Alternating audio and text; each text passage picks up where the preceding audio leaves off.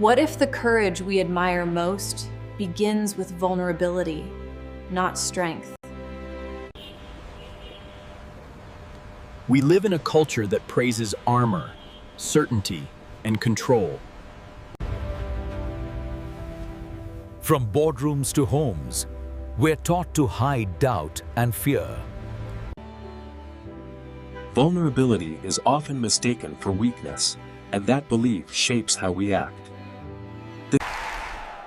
But research tells a different story, one that challenges everything we assume. Years of social research point to vulnerability as a core human experience. It's not winning or losing. It's showing up when the outcome isn't guaranteed. In families, vulnerability looks like honest conversations and real presence. In leadership, it means admitting you don't have all the answers.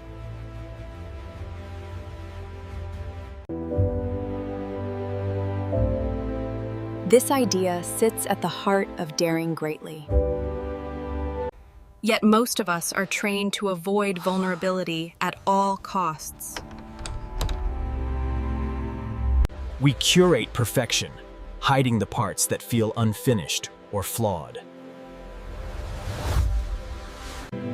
The armor may protect us from pain, but it also blocks connection. Connection, the research shows, is why we're here.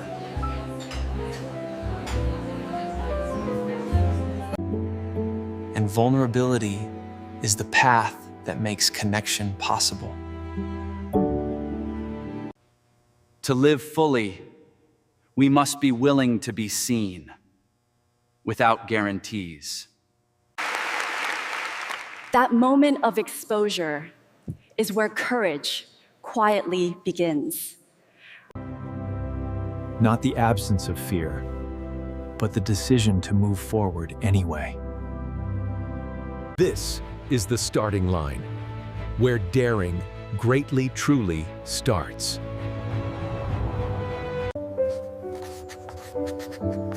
To understand vulnerability, we first have to understand shame. Shame thrives in secrecy, silence, and judgment. It whispers that we're not good enough, smart enough, or worthy enough.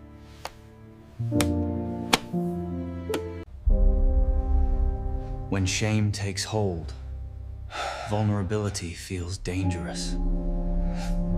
But avoiding vulnerability doesn't eliminate shame, it feeds it. The more we hide, the more isolated we become.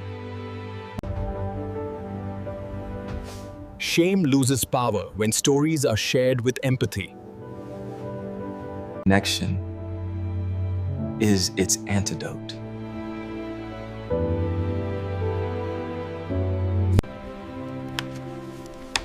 Daring greatly reframes vulnerability as a strength we can practice. Courage, the research shows, is deeply emotional work. It's showing up when failure is a real possibility. Creativity demands vulnerability. Without it, nothing new emerges. Leadership is no different. Oh, Lord. So, leadership is no different. Trust is built when leaders are honest about limits and uncertainty. Vulnerability invites participation instead of compliance. At home, it means letting ourselves be imperfect. Saying I'm sorry becomes an act of courage. And it teaches resilience more than perfection ever could. Vulnerability doesn't guarantee acceptance. But without it, real belonging is impossible.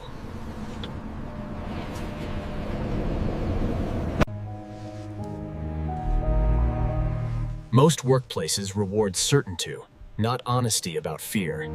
Armor shows up as perfectionism, cynicism, and control. But armor is heavy, and it costs us energy and creativity. Daring greatly challenges leaders to put down the armor. Vulnerable leadership starts with clarity, not bravado. Innovation depends on the freedom to fail in public. Psychological safety changes how teams perform.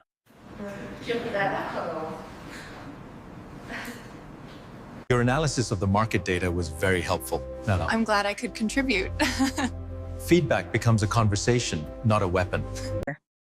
The same principles apply in education.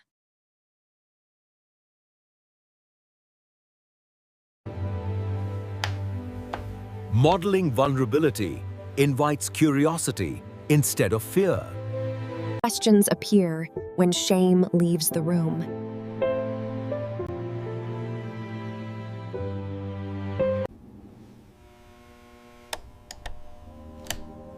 These ideas reach far beyond the workplace. They begin with how we see ourselves.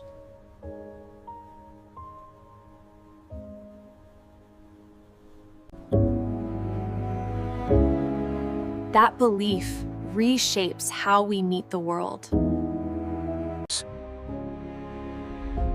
Vulnerability becomes a daily practice, not a single act.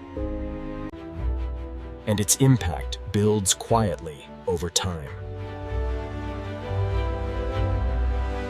And choosing honesty over self-protection.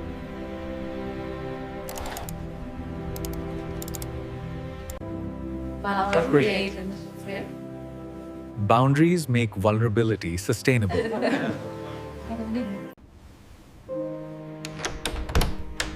Not every story belongs to every audience. Daring greatly emphasizes discernment, not overexposure. Courage is built before the moment arrives. Confidence follows action, not the other way around.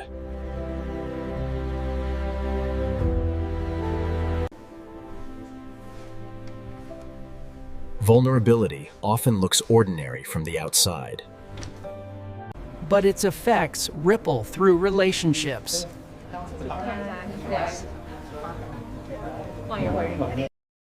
In families, it creates trust and emotional safety. Listening without fixing becomes an act of love. Being heard matters more than being right. These patterns repeat wherever people gather.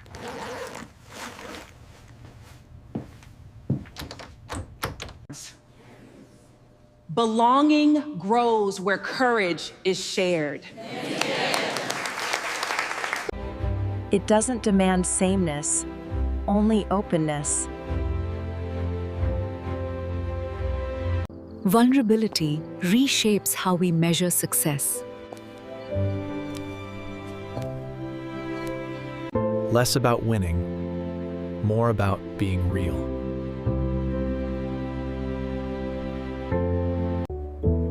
Choosing vulnerability is a daily decision, not a destination. Practiced in small moments that rarely look heroic. Strandheit. Speaking up even when your voice shakes.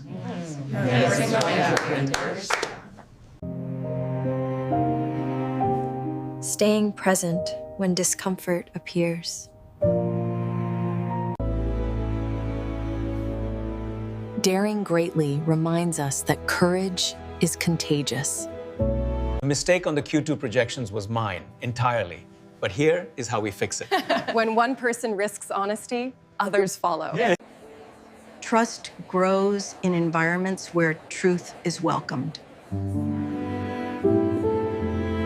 The same is true in relationships that last.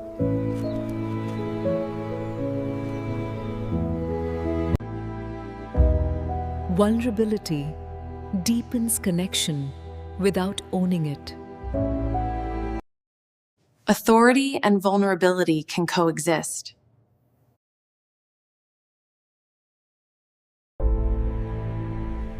Strength isn't pretending certainty. It's tolerating uncertainty. And staying engaged anyway.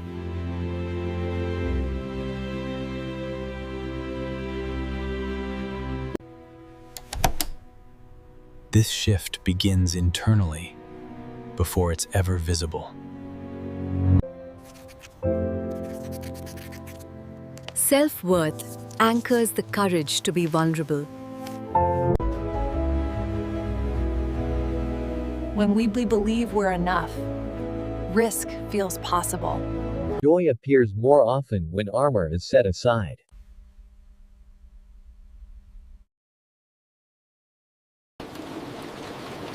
Vulnerability also means staying with sorrow.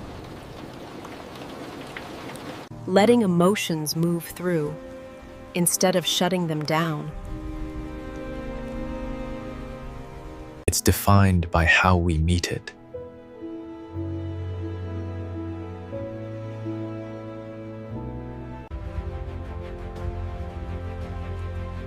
By choosing courage over comfort.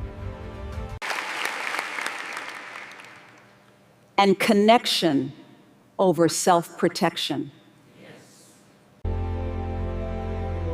Daring greatly offers no shortcuts, only practices.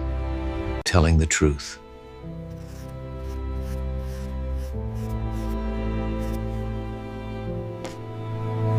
Letting go of what we can't control.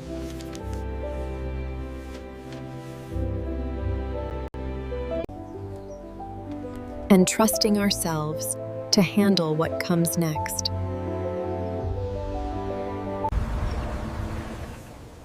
Vulnerability doesn't make life certain. This is the quiet promise at the heart of the book. We don't let them just alone. We don't have to be fearless. That choice changes how we live, love, and lead.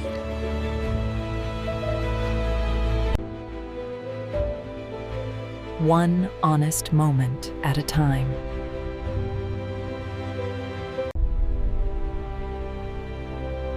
This is what it means to dare greatly. Not louder, not tougher, just more open.